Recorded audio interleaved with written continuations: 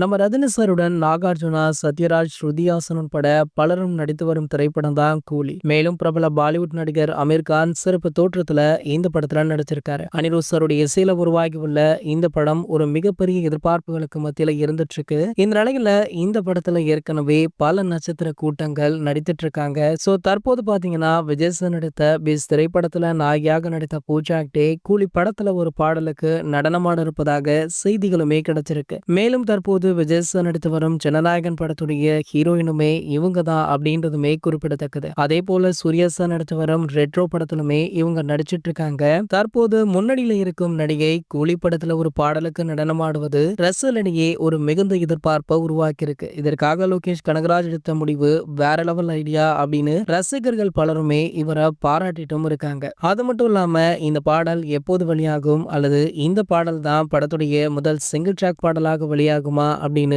பல கேள்விகளுமே இருந்துட்டு இருக்கு. ஸோ மேலும் பார்த்தீங்கன்னா பூஜா ஹெக்டே ஆடுறாங்கன்னா கண்டிப்பாக அது ஒரு குத்துப்பாடலாக தான் இருக்கும் அப்படின்னு ரசிகர்களை முடிவு பண்ணிட்டாங்க. ஸோ சீக்கிரமாக பாட்டை வெளியிடுங்கப்பா அப்படின்னு கோரிக்கையுமே விடுத்துட்டு இருக்காங்க. சரி, ஓகே, இந்த படத்துடைய முதல் சிங்கிள் ட்ராக் பாடலுக்காக உங்களை யாரெல்லாம் அவளுடன் காத்துட்டு இருக்கீங்க அப்படின்றத கீழே உள்ள கமெண்ட் செக்ஷன்ல கமெண்ட் பண்ணிட்டு நம்ம சேனலை மறக்காம சப்ஸ்கிரைப் பண்ணிக்கோங்க.